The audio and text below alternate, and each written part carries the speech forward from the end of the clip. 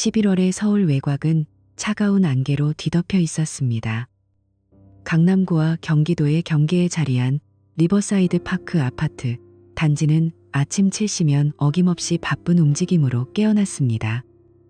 33층짜리 타워 3동이 나란히 서 있는 이곳은 젊은 전문직 부부들이 선호하는 주거지였습니다. 지하철역까지 도보 5분, 국제학교까지 차로 10분. 완벽한 입지였지요. 1502호의 거실 창문 너머로 한강지류가 희미하게 보였습니다. 33평형 아파트는 깔끔하게 정돈되어 있었습니다. 아이보리색 소파, 월넛 원목 테이블, 벽면을 가득 채운 책장. 모든 것이 제자리에 있었습니다. 하지만 온기는 없었습니다. 서준은 침실 옷장 앞에서 넥타이를 매고 있었습니다. 네이비 수트에 회색 넥타이. 39세 남자의 얼굴은 피곤했지만 단정했습니다. 거울 속 자신을 보며 그는 턱선을 가다듬었습니다. 오늘은 투자자 미팅이 있는 날이었습니다. 민호 유치원 가방 챙겼어요? 유리의 목소리가 복도에서 들려왔습니다.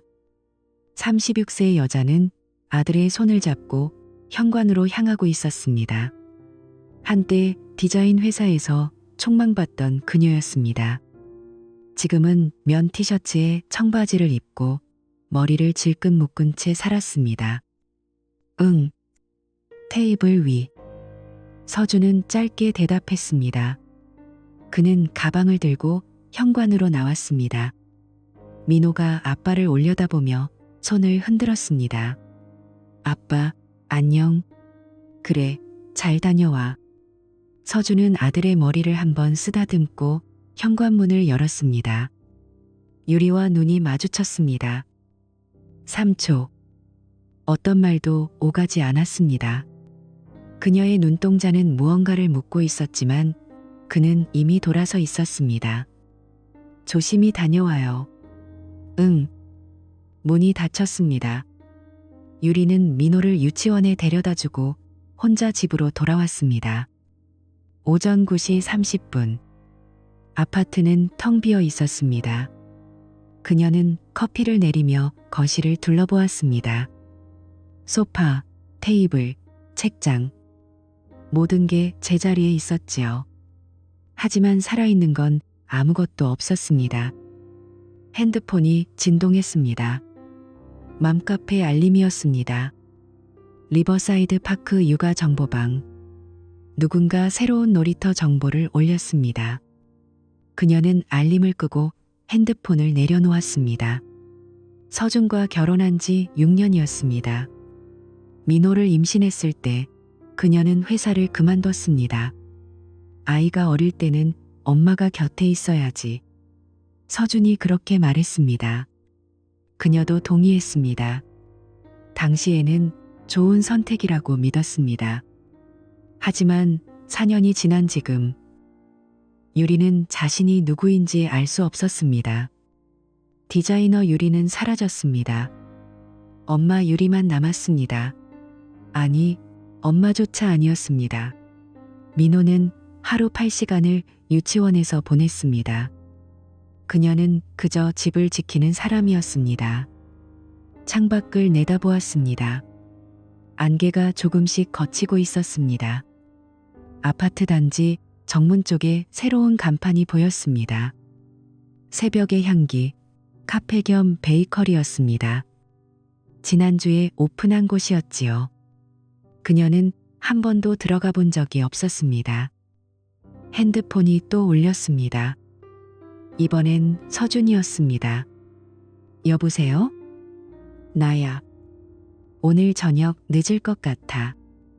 투자자들이랑 회식 있어. 그래요. 몇 시쯤? 11시? 아니면 12시. 기다리지 말고 먼저 자. 알았어요. 전화가 끊어졌습니다. 유리는 핸드폰을 식탁에 내려놓았습니다. 손이 떨리고 있었습니다. 이유를 알 수 없었습니다. 분노도 아니었고 슬픔도 아니었습니다. 그저 텅 빈 느낌이었습니다. 그녀는 자리에서 일어나 발코니로 나갔습니다. 11월의 찬바람이 얼굴을 스쳤습니다. 아래를 내려다보니 사람들이 분주히 움직이고 있었습니다. 직장인들, 학생들, 배달원들 모두가 어딘가로 가고 있었습니다. 목적지가 있었습니다. 그녀는 저녁 6시. 유리는 민호와 함께 저녁을 먹었습니다. 김치찌개와 계란말이. 민호는 TV를 보며 밥을 먹었습니다. 그녀는 아들의 옆모습을 바라보았습니다. 서준의 눈매를 닮았습니다. 엄마, 아빠는? 아빠는 일 때문에 늦으신데. 주. 민호의 목소리에 실망이 섞여 있었습니다. 유리는 아무 말도 하지 못했습니다. 밤 9시. 민호를 재우고 그녀는 거실로 나왔습니다. 텔레비전을 켰지만 집중할 수 없었습니다. 시계를 보았습니다. 9시 15분. 서준은 아직 2~3시간 더 걸릴 것입니다. 그녀는 소파에 앉아 창밖을 보았습니다. 아파트 단지의 불빛들이 반짝이고 있었습니다. 수백 개의 창문, 수백 개의 가정. 저 창문들 너머에는 어떤 사람들이 살고 있을까요? 그들도 이렇게 외로울까요? 문득 눈에 들어온 것이 있었습니다. 아파트 정문 근처 새벽의 향기 카페의 불빛이었습니다. 따뜻한 주황빛이었습니다. 창문 너머로 사람들이 보였습니다. 웃고 이야기하고 커피를 마시고 있었습니다. 유리는 한참 동안 그 불빛을 바라보았습니다. 무언가가 그녀의 가슴 속에서 움직이기 시작했습니다. 그것이 무엇인지 그녀는 아직 알지 못했습니다. 하지만 분명한 건 더 이상 이 텅 빈 공간에 혼자 있고 싶지 않다는 것이었습니다. 시계가 10시를 가리켰습니다. 서준은 여전히 집에 없었습니다. 12월이 되었습니다. 유리는 처음으로 새벽의 향기에 들어선 나를 기억했습니다. 민호를 유치원에서 데려온 후 우연히 들른 것처럼 보였지만 사실은 사흘 동안 망설인 끝이었습니다. 카페 문을 열자 따뜻한 공기와 바닐라 향이 얼굴을 감쌌습니다. 어서 오세요. 카운터 뒤에 남자가 웃으며 인사했습니다. 32쯤 되어 보이는 그는 깔끔한 앞치마를 두르고 있었습니다. 이름표에는 재원이라고 적혀 있었습니다. 아메리카노 한 잔이요. 따뜻하게 드릴까요? 차갑게 드릴까요? 따뜻하게요. 재원은 능숙한 손놀림으로 커피를 만들었습니다. 유리는 창가 자리에 앉아 밖을 내다보았습니다. 민호는 키즈 코너에서 레고를 만지작거리고 있었습니다. 손님, 커피 나왔습니다. 그리고 재원이 접시를 하나 더 내밀었습니다. 작은 마들렌 2개가 놓여 있었습니다. 서비스예요. 아드님이 좋아하실 것 같아서요. 감사합니다. 그것이 시작이었습니다. 일주일 후 유리는 다시 그 카페를 찾았습니다. 그 다음 주에도 재원은 그녀가 2번째 방문했을 때 이미 주문을 기억하고 있었습니다. 따뜻한 아메리카노, 설탕 없이요? 네, 맞아요. 기억력 좋으시네요. 재원이 웃었습니다. 온화한 미소였습니다. 단골 손님이니까요. 단골. 그 단어가 유리의 가슴에 이상하게 와닿았습니다. 누군가 자신을 기억한다는 것. 누군가 자신을 기다린다는 것. 집에서는 느낄 수 없는 감정이었습니다. 12월 중순이 되자 재원은 그녀에게 제안했습니다. 손님, 혹시 베이킹 수업에 관심 있으세요? 매주 수요일 저녁에 간단한 클래스를 열려고 하는데. 수요일 저녁이요? 네. 7시부터 9시까지. 마들렌이나 쿠키 같은 걸 만들어 보는 거예요. 동네 엄마들끼리 친목도 쌓고 유리는 잠시 망설였습니다. 하지만 입에서 나온 대답은 이미 정해져 있었습니다. 좋아요. 참여할게요. 그날 밤 그녀는 서준에게 말했습니다. 여보, 나 베이킹 클래스 다니려고. 서준은 노트북에서 눈을 떼지 않고 대답했습니다. 응? 뭐?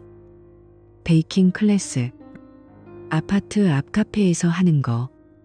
수요일 저녁마다. 아, 그래. 좋지. 친구도 사귀고. 민호는 저녁 먹이고 재우면 되잖아. 내가 집에 있으니까. 서준은 여전히 화면을 보고 있었습니다. 유리는 그의 옆 얼굴을 바라보았습니다. 턱선, 콧등, 이마. 남편의 얼굴이었지만 낯설었습니다. 알았어요. 첫 수업은 수요일 저녁이었습니다. 유리는 민호를 재우고 7시에 카페로 갔습니다. 하지만 약속된 엄마들은 단 한 명뿐이었습니다. 그마저도 30분 만에 급한 전화를 받고 떠났습니다. 죄송해요.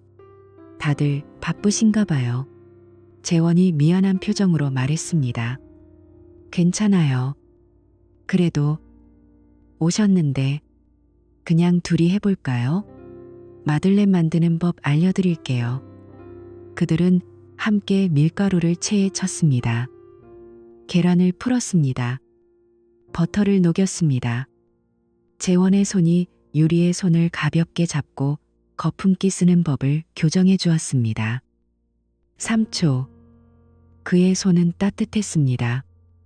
이렇게요. 아, 네. 9시가 되어 유리는 집으로 돌아왔습니다. 서준은 소파에서 잠들어 있었습니다. 노트북은 여전히 켜져 있었습니다.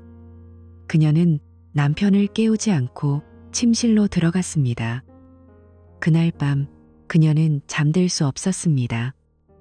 수요일 저녁은 반복되었습니다. 수업이라는 명목이었지만 다른 사람은 오지 않았습니다. 오직 유리와 재원뿐이었습니다.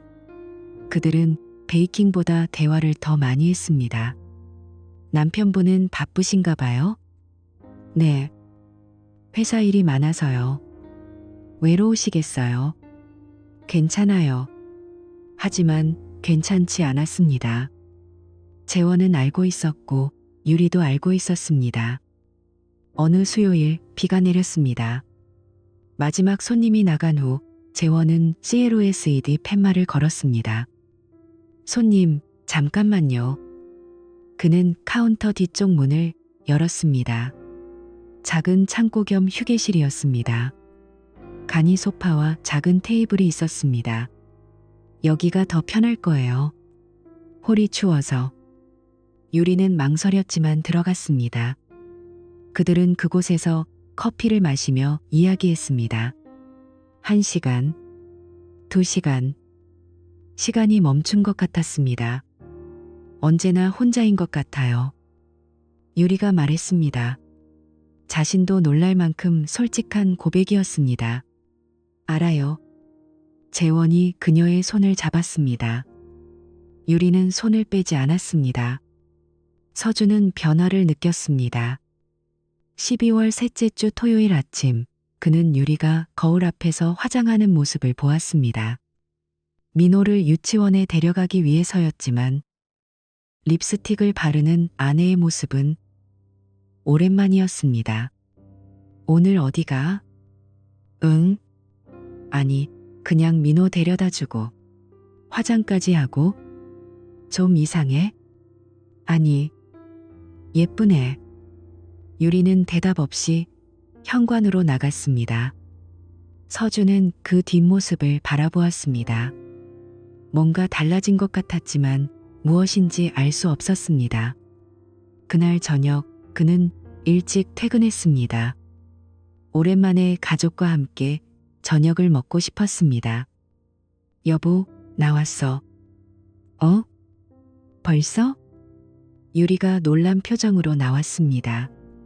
그녀는 외출복을 입고 있었습니다. 오늘 수요일이잖아. 수업 있어. 아, 그거. 서준은 민호를 안아 올렸습니다. 오늘은 내가 일찍 왔으니까 같이 저녁 먹고 가. 응? 1시간쯤 늦어도 되지? 그건 유리의 얼굴이 굳었습니다. 그녀는 핸드폰을 확인했습니다. 미안해. 오늘은 중요한 레시피 배우는 날이라서. 중요한 레시피? 응. 크로와상. 한번 배우면 나중에 민호한테 해줄 수 있잖아. 서준은 천천히 고개를 끄덕였습니다. 그래. 그럼 조심히 다녀와. 유리는 서둘러 나갔습니다. 서준은 문이 닫히는 소리를 들으며 민호를 내려놓았습니다. 아들이 TV를 켜자 그는 소파에 앉았습니다. 뭔가 이상했습니다. 토요일 저녁이었습니다. 유리가 샤워하는 동안 서준은 거실에서 민호와 놀고 있었습니다. 유리의 핸드폰이 소파 위에서 불빛을 냈습니다. 메시지 알림이었습니다. 서준은 무심코 화면을 봤습니다. 그리고 멈췄습니다. 발신자 JW 베이커리. 서준은 핸드폰을 들어 올렸습니다. 손이 떨렸습니다. 라는 단어가 눈에 밝혔습니다. 그는 베트남어를 몰랐지만 하트 이모티콘의 의미는 알았습니다. 욕실에서 물소리가 들렸습니다. 유리가 곧 나올 것입니다. 서준은 핸드폰을 정확히 원래 자리에 놓았습니다. 그는 숨을 깊게 들이쉬었습니다. 민호가 옆에서 아빠, 이것 봐라고 말했지만 들리지 않았습니다. 그의 머릿속에는 하나의 단어만 맴돌고 있었습니다. 베이킹 클래스, 크로와상, JW. 그리고 그날 밤 서준은 잠들지 못했습니다. 옆에서 유리가 고요히 숨 쉬고 있었습니다. 그는 천장을 바라보며 생각했습니다. 확신할 수는 없었습니다. 하지만 의심은 이미 뿌리를 내렸습니다. 월요일 아침 그는 회사에 출근하자마자 인터넷을 검색했습니다. 사설탐정 서울 부정조사 전문. 여러 업체의 홈페이지가 떴습니다. 서준은 마우스를 쥔 채 한참을 생각했습니다. 그리고 전화번호를 복사했습니다. 확실히 알아야 했습니다. 월요일 오후 3시 서준은 강남역 부근의 한 빌딩 7층에 있었습니다. 문패에는 신원조사 전문 트루스 파트너스라고 적혀 있었습니다. 상담실은 조용했습니다. 책상 맞은편에 앉은 남자는 50대 초반으로 보였습니다. 전직 경찰이라고 했습니다. 부인의 일주일 동선을 파악하면 됩니다. 특히 수요일 저녁. 서준의 목소리는 평온했습니다. 사진과 영상 둘 다 필요하십니까? 네. 법정에서 쓸 수 있는 수준으로. 탐정은 고개를 끄덕이며 계약서를 건넸습니다. 서준은 서명했습니다. 손끝이 차가웠습니다. 성금으로 200만 원입니다. 일주일 안에 결과 나옵니다. 빠를수록 좋습니다. 그 주는 길었습니다. 서준은 평소처럼 출근했고 회의에 참석했고 투자자들을 만났습니다. 하지만 머릿속은 온통 다른 생각뿐이었습니다. 집에 돌아가면 유리는 여느 때처럼 저녁을 차리고 있었습니다. 민호는 TV를 보며 웃었습니다. 모든 것이 평범했습니다. 수요일 저녁 유리는 7시에 나갔습니다. 수업 다녀올게요. 응. 조심히. 서준은 민호를 안고 창가로 갔습니다. 아래를 내려다보니 유리가 아파트 정문 쪽으로 걸어가고 있었습니다. 그녀의 뒷모습이 점점 작아졌습니다. 그는 핸드폰을 꺼내 탐정에게 문자를 보냈습니다. 오늘 목표 이동 중. 답장은 즉시 왔습니다. 확인. 위치 추적 중. 서준은 핸드폰을 내려놓고 민호를 재웠습니다. 그는 거실 소파에 앉아 시계를 보았습니다. 8시, 9시, 10시. 유리는 10시 15분에 돌아왔습니다. 얼굴이 붉었습니다. 추웠어? 응. 바람이 세더라. 그녀는 재빨리 침실로 들어갔습니다. 서준은 그 뒷모습을 지켜봤습니다. 그리고 핸드폰을 확인했습니다. 탐정에게서 사진 3장이 왔습니다. 카페 뒷문으로 들어가는 유리. 창문 너머로 보이는 두 사람의 실루엣. 그리고 1시간 후 나오는 유리의 모습. 서준은 사진을 삭제했습니다. 아직 때가 아니었습니다. 금요일 오전 탐정에게서 전화가 왔습니다. 의뢰인님 완료했습니다. 사무실로 오실 수 있습니까? 지금 갑니다. 서준은 회의를 취소하고 차를 몰았습니다. 강남역까지 30분이 걸렸습니다. 상담실에서 탐정은 작은 USB를 건넸습니다. 수요일 밤 촬영분입니다. 확인하시겠습니까? 네. 탐정이 노트북을 열었습니다. 화면에 영상이 재생되었습니다. 카페 내부였습니다. 마지막 손님이 나가고 유리와 재원이 남았습니다. 재원이 CLOSED 팻말을 걸었습니다. 두 사람은 뒷문으로 사라졌습니다. 화면이 전환되었습니다. 작은 창문을 통해 찍은 장면이었습니다. 휴게실, 간이 소파, 유리와 재원이 앉아 있었습니다. 그들은 이야기하고 웃었습니다. 그리고 재원이 유리의 손을 잡았습니다. 유리는 손을 빼지 않았습니다. 재원이 가까이 다가갔습니다. 유리는 피하지 않았습니다. 키스. 서준은 화면에서 눈을 떼지 못했습니다. 그의 아내가 다른 남자의 입술에 응하고 있었습니다. 포옹. 재원의 손이 유리의 등을 쓰다듬었습니다. 유리의 손이 재원의 목을 감았습니다. 여기서 멈추시겠습니까? 탐정이 조심스럽게 물었습니다. 아니요. 끝까지. 영상은 10분 더 이어졌습니다. 서준은 한 글자도 놓치지 않고 봤습니다. 그의 손이 주먹을 쥐었습니다. 손톱이 손바닥에 밟혔지만 아프지 않았습니다. 영상이 끝났습니다. 복사본은 3개 준비했습니다. 원본은 저희가 보관하고요. 감사합니다. 서준은 USB를 받아 주머니에 넣었습니다. 그는 자리에서 일어났습니다. 의뢰인님. 탐정이 그를 불렀습니다. 힘드시겠지만 냉정함을 유지하십시오.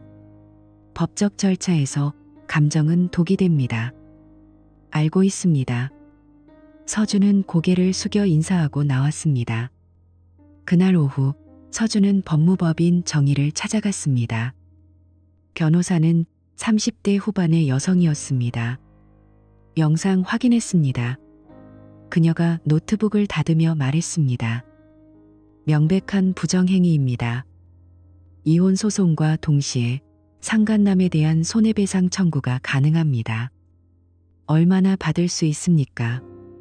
보통 3천만 원에서 5천만 원 사이입니다. 하지만 상대방의 재산 상태에 따라 달라집니다. 카페 주인입니다. 개업한 지 2달. 그렇다면 3천만 원 선에서 합의를 유도하는 게 현실적입니다. 변호사는 서류를 건넸습니다. 양육권은 부인이 부정행위를 저질렀고 의뢰인께서 경제적으로 안정적이시니 양육권 확보는 어렵지 않습니다. 서준은 서류에 서명했습니다. 1장, 2장, 3장. 펜을 쥔 손에 힘이 들어갔습니다. 언제 통보하시겠습니까? 오늘 밤. 준비되셨습니까? 서준은 고개를 들어 변호사를 바라봤습니다. 이미 준비됐습니다. 금요일 저녁 9시 30분. 서준은 거실 소파에 앉아 있었습니다. 노트북이 테이블 위에 놓여 있었습니다. 민호는 이미 잠들어 있었습니다. 현관문이 열렸습니다. 다녀왔어요. 유리가 들어왔습니다. 그녀는 평소처럼 미소 지으며 가방을 내려놓았습니다. 수업 어땠어? 서준이 물었습니다. 목소리는 평온했습니다. 응. 좋았어. 오늘은 타르트 만들었어. 그래? 서준은 천천히 노트북을 돌렸습니다. 화면이 유리를 향했습니다. 이거 한번 봐. 뭔데? 유리가 다가왔습니다. 그녀의 얼굴이 화면 가까이 갔습니다. 서준이 재생 버튼을 눌렀습니다. 화면에 카페 내부가 나타났습니다. 유리의 얼굴이 굳었습니다. 이게 끝까지 봐. 서준의 목소리는 차가웠습니다. 영상이 계속되었습니다. 유리는 화면에서 눈을 떼지 못했습니다. 그녀의 손이 떨렸습니다. 입술이 파랗게 질렸습니다. 키스 장면이 나왔습니다.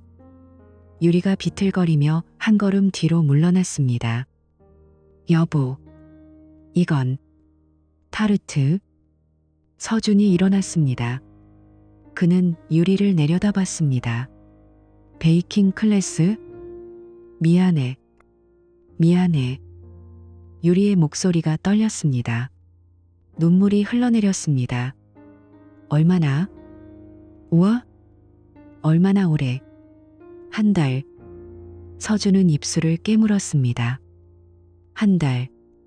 그 한 달 동안 그는 아무것도 몰랐습니다. 짐 싸. 여보, 제발. 내일 아침까지 나가. 민호는 내가 키운다.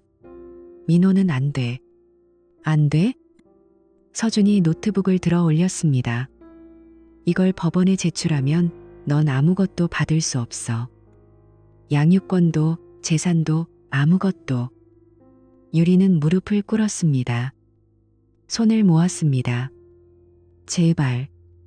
한 번만. 서준은 그녀를 내려다봤습니다.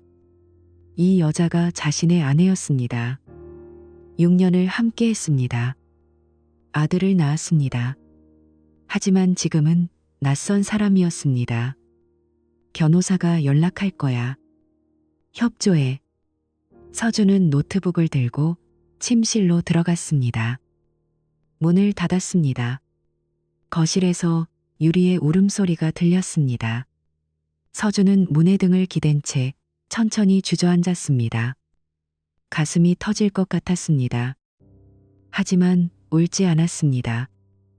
울 수 없었습니다. 토요일 아침.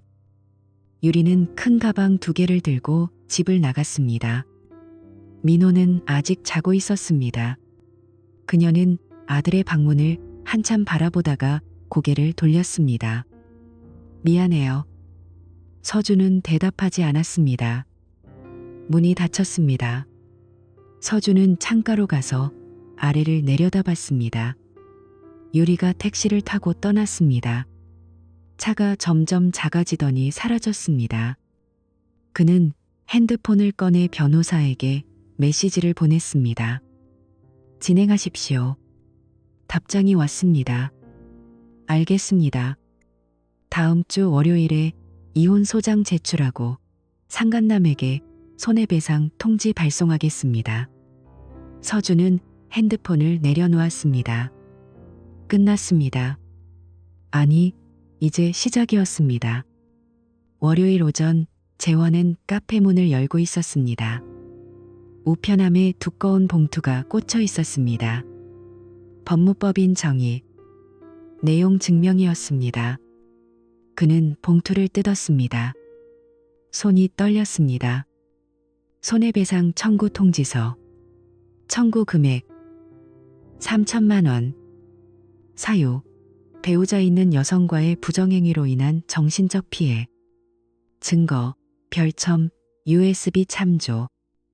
재원은 주저앉았습니다. 카운터에 기댄 채 서류를 다시 읽었습니다. 글자가 흐려졌습니다. 이럴 리가. 그는 유리에게 전화를 걸었습니다. 한 번, 두 번, 세 번. 받지 않았습니다. 문자를 보냈습니다.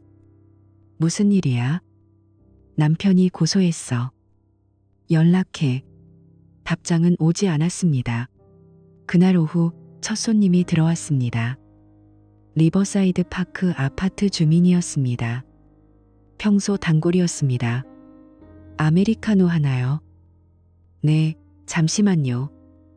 재원이 커피를 만드는 동안 손님은 핸드폰을 보고 있었습니다. 재원은 커피를 건넸습니다. 여기 있습니다. 손님은 커피를 받았습니다. 그리고 재원을 쳐다봤습니다. 눈빛이 차갑했습니다. 맘카페 봤어요? 네? 무슨? 아직 모르시나 보네. 한번 보세요. 손님은 돈을 던지듯 카운터에 놓고 나갔습니다. 커피는 손도 대지 않았습니다. 재원은 핸드폰을 꺼냈습니다. 리버사이드 파크 맘카페를 검색했습니다. 최상단 게시물이 눈에 들어왔습니다. 충격 새벽의 향기, 주인, 유부녀랑 불륜. 남편이 고소했대요. 댓글 237개. 재원은 게시물을 열었습니다. 그의 얼굴이 하얗게 변했습니다. 진짜예요? 충격. 애 엄마랑? 최악이네. 그 카페에 자주 갔는데 이제 못 가겠다. 베이킹 클래스가 불륜 클래스였네. 남편 불쌍해. 애도 있다던데. 3천만 원 배상이래요. 카페 망하겠네. 당연히 망해야지. 남의 가정 파괴한 건데. 댓글은 끝없이 이어졌습니다. 재원은 더 이상 읽을 수 없었습니다. 그날 오후 손님은 한 명도 오지 않았습니다. 일주일이 지났습니다. 카페는 텅 비어 있었습니다. 가끔 지나가는 사람들이 창문 너머로 힐끔거렸지만 들어오지 않았습니다. 재원은 카운터에 앉아 비노를 바라봤습니다. 월세는 250만 원이었습니다. 재료비, 인건비까지 합치면 한 달에 400만 원이 필요했습니다. 이번 달 매출은 60만 원이었습니다. 변호사에게서 전화가 왔습니다. 조정을 권합니다. 3천만 원, 분할 납부로 합의하십시오. 돈이 없습니다. 그럼 재산을 처분하셔야죠. 카페 권리금이라도. 알겠습니다. 재원은 전화를 끊었습니다. 그는 카페를 둘러봤습니다. 2달 전 오픈했을 때가 기억났습니다. 꿈에 부풀어 있었습니다. 지금은 폐허였습니다. 2월이 되었습니다. 재원은 카페를 팔았습니다. 권리금 1천만 원. 원래 투자한 돈의 반도 안 되는 금액이었습니다. 그는 그 돈으로 배상금 일부를 갚았습니다. 나머지는 분할 납부로 합의했습니다. 매달 100만 원씩 2년간. 새벽의 향기는 문을 닫았습니다. 며칠 후 그 자리에는 아동복 매장이 들어섰습니다. 재원은 짐을 싸서 고향 광주로 돌아갔습니다. 32살의 남자는 부모님 집 작은 방에서 새로운 시작을 준비해야 했습니다. 그는 가끔 유리를 떠올렸습니다. 그녀는 연락이 끊겼습니다. 전화도 문자도 아무것도 없었습니다. 그들의 한 달은 그렇게 끝났습니다. 유리는 친정으로 돌아갔습니다. 부천의 낡은 빌라 3층. 부모님은 그녀를 반겼지만 말이 없었습니다. 무슨 말을 해야 할지 몰랐습니다. 미안해요, 엄마. 밥 먹어라. 그게 전부였습니다. 유리는 좁은 방에 누워 천장을 바라봤습니다. 민호의 얼굴이 떠올랐습니다. 아들은 지금 무엇을 하고 있을까요? 아빠와 저녁을 먹고 있을까요? 엄마를 찾고 있을까요? 핸드폰이 울렸습니다. 변호사였습니다. 이혼 조정 날짜 잡혔습니다. 다음 주 수요일. 네. 양육권은 남편 쪽으로 합의하시는 게 좋겠습니다. 면접 교섭권은 월 1회 정도 가능할 겁니다. 월 1회. 유리는 입술을 깨물었습니다. 눈물이 흘렀지만 소리는 내지 않았습니다. 알겠습니다. 조정 당일. 유리는 법원 복도에서 서준을 마주쳤습니다. 그는 정장을 입고 있었습니다. 그녀를 보자 걸음을 멈췄습니다. 여보, 유리 씨. 서준의 목소리는 낯설었습니다. 여보가 아니라 유리 씨였습니다. 민호, 잘 지내? 잘 지낸다. 보고 싶어. 서준은 대답하지 않았습니다. 그는 변호사 사무실 쪽으로 걸어갔습니다. 유리는 그 뒷모습을 바라봤습니다. 눈물이 멈추지 않았습니다. 조정은 30분 만에 끝났습니다. 양육권은 서준. 재산 분할 없음. 면접 교섭권 월 1회. 유리는 모든 조건에 동의했습니다. 서류에 서명할 때 그녀의 손이 떨렸습니다. 후회하십니까? 조정위원이 물었습니다. 유리는 고개를 들어 서준을 봤습니다. 그는 창밖을 보고 있었습니다. 네. 후회합니다. 그렇다면 왜 그러셨습니까? 유리는 대답할 수 없었습니다. 3월. 서준은 민호와 단둘이 살았습니다. 처음에는 힘들었습니다. 아들은 밤마다 엄마를 찾았습니다. 엄마 어디 갔어? 엄마는 할머니 집에 계셔. 언제 와? 서준은 대답할 수 없었습니다. 그는 민호를 안고 등을 토닥였습니다. 아빠가 있잖아. 응. 시간이 지나면서 민호는 적응했습니다. 서준도 적응했습니다. 그는 출근 시간을 늦추고 퇴근 시간을 앞당겼습니다. 회사 임원들이 이해해 주었습니다. 어느 토요일 오후, 서준은 민호와 놀이터에 갔습니다. 아들이 미끄럼틀을 타고 내려왔습니다. 아빠, 봤어? 응. 잘했어. 민호가 웃었습니다. 서준은 아들의 웃음을 보며 생각했습니다. 이게 맞는 걸까? 유리를 쫓아낸 것, 재원을 고소한 것, 모든 것이 정의로웠을까? 그는 확신할 수 없었습니다. 하지만 한 가지는 확실했습니다. 그는 더 이상 속지 않을 것입니다. 그는 아들을 지킬 것입니다. 4월 어느 날 서준은 출근길에 옛카페 자리를 지나갔습니다. 새벽의 향기는 사라졌고 꼬마 천사 아동복이라는 간판이 걸려 있었습니다. 그는 잠시 멈춰 섰습니다.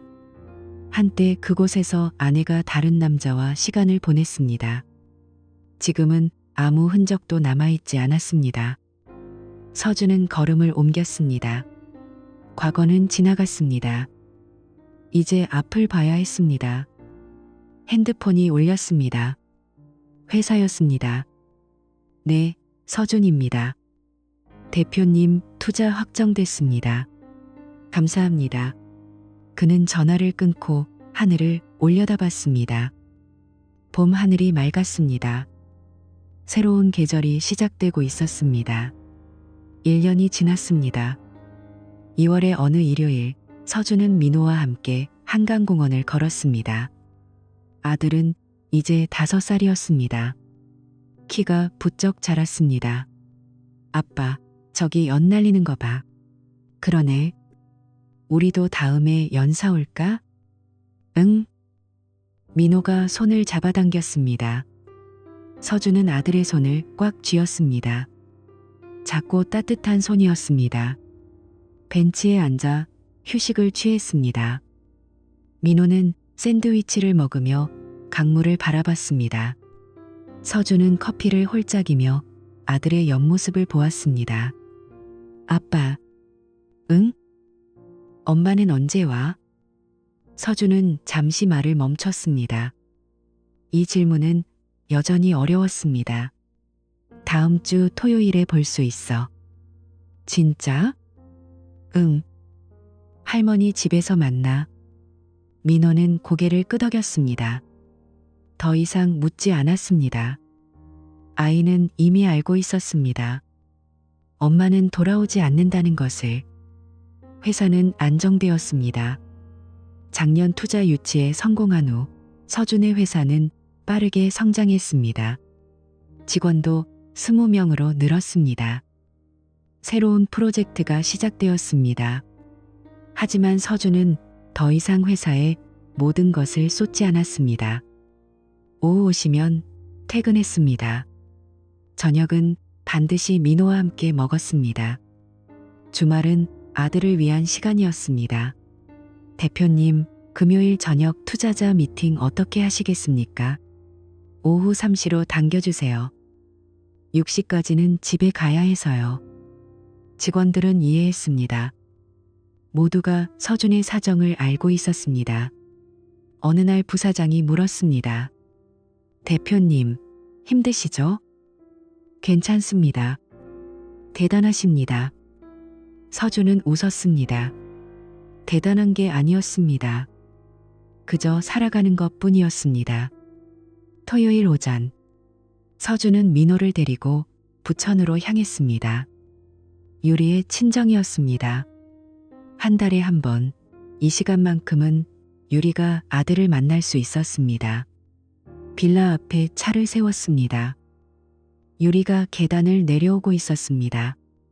그녀는 1년 전보다 야위어 보였습니다. 머리는 짧게 잘랐고 얼굴에는 화장기가 없었습니다. 민호야. 엄마. 민호가 달려갔습니다. 유리는 아들을 안아 올렸습니다. 눈물이 흘렀습니다. 많이 컸네. 우리 아들. 서준은 차 안에서 그 모습을 바라봤습니다. 가슴이 먹먹했습니다. 3시간 후 민호를 데리러 갔습니다.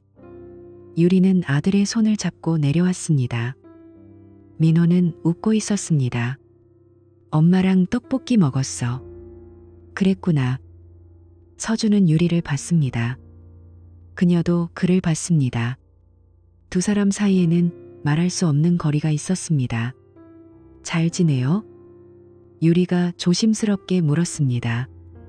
네. 민호도 잘 지내고. 감사합니다. 이렇게 만날 수 있게 해줘서. 서준은 고개를 끄덕였습니다. 민호를 위한 거니까요. 유리는 입술을 깨물었습니다. 더 할 말이 있는 것 같았지만 참았습니다. 다음 달에 또 볼게, 민호야. 응, 엄마. 차에 오른 후 민호가 물었습니다. 아빠, 엄마 왜 울어? 엄마가 민호 보고 싶어서 그래. 나도 엄마 보고 싶은데. 서준은 백미러로 아들을 봤습니다. 알아. 그래서 매달 만나는 거잖아. 민호는 고개를 끄덕이며 창밖을 봤습니다. 저녁, 민호를 재운 후 서준은 발코니에 나갔습니다. 밤 공기가 차가웠습니다. 아파트 불빛들이 반짝였습니다. 그는 커피를 마시며 지난 1년을 떠올렸습니다. 분노는 사라졌습니다. 배신감도 무뎌졌습니다. 남은 것은 담담함이었습니다. 유리는 잘못했습니다. 재원도 잘못했습니다. 하지만 서준도 완벽하지 않았습니다. 그는 아내에게 충분한 관심을 주지 못했습니다. 일에 매몰되어 가족을 외면했습니다. 결혼이 깨진 이유는 하나만이 아니었습니다. 하지만 중요한 것은 선택이었습니다. 유리는 잘못된 선택을 했습니다. 그 대가를 치렀습니다. 재원도 마찬가지였습니다. 그리고 서준은 앞으로 나아가기로 선택했습니다. 핸드폰이 진동했습니다. 메시지였습니다. 대표님, 수고하셨습니다. 좋은 주말 보내세요. 부사장이었습니다. 서준은 미소 지으며 답장을 보냈습니다. 감사합니다. 다음 주에 뵙겠습니다. 그는 핸드폰을 내려놓고 하늘을 올려다봤습니다. 별이 보였습니다. 어느 평일 저녁, 서준은 민호와 함께 마트에서 장을 보고 집으로 돌아왔습니다. 아들은 카트를 밀며 신났습니다.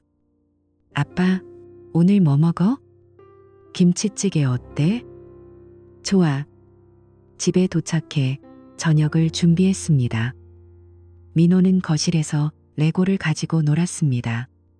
서준은 주방에서 찌개를 끓이며 아들을 바라봤습니다. 이것이 그의 삶이었습니다. 화려하지 않았습니다. 완벽하지도 않았습니다. 하지만 진실했습니다. 저녁을 먹으며 민호가 말했습니다. 아빠, 나 오늘 유치원에서 칭찬받았어. 정말? 뭐 때문에? 그림 잘 그렸대. 우와, 대단한데? 아빠한테 보여줄래? 민호가 가방에서 도화지를 꺼냈습니다. 그림에는 두 사람이 그려져 있었습니다. 큰 사람과 작은 사람. 손을 잡고 있었습니다. 이게 아빠고 이게 나야. 그렇구나. 예쁘다. 서준은 그림을 받아들었습니다. 가슴이 따뜻해졌습니다. 액자에 넣어서 벽에 걸까? 진짜? 응. 민호가 환하게 웃었습니다. 봄이 왔습니다. 서준은 민호를 유치원에 데려다주고 출근길에 나섰습니다. 차를 몰다가 익숙한 장소를 지나쳤습니다. 새벽에 향기가 있던 자리였습니다. 지금은 꼬마 천사 아동복이라는 간판이 걸려 있었습니다. 서준은 속도를 줄이지 않았습니다. 더 이상 그곳을 보지 않았습니다. 과거는 과거였습니다. 회사에 도착했습니다. 직원들이 인사했습니다. 대표님, 좋은 아침입니다. 좋은 아침입니다. 서준은 사무실로 들어가 창문을 열었습니다. 봄바람이 들어왔습니다. 책상 위에는 민호의 그림이 액자에 담겨 놓여 있었습니다. 아빠와 아들, 손을 잡은 모습. 그는 그림을 한참 바라봤습니다. 삶은 완벽하지 않았습니다. 상처도 남았습니다. 후회도 있었습니다. 하지만 그에게는 아들이 있었습니다. 그리고 앞으로 나아갈 이유가 있었습니다. 그것으로 충분했습니다. 그날 저녁, 서준은 민호를 데리고 공원을 산책했습니다. 벚꽃이 피기 시작했습니다. 아빠, 예쁘다. 그러네. 민호가 떨어진 꽃잎을 주워 손바닥에 올렸습니다. 작고 연약한 꽃이 피었습니다. 아빠, 이거 집에 가져가도 돼? 그럼. 두 사람은 손을 잡고 집으로 향했습니다. 석양이 뒤를 비췄습니다. 서준은 아들의 손을 꽉 쥐었습니다. 그리고 앞을 봤습니다. 새로운 계절이 시작되고 있었습니다.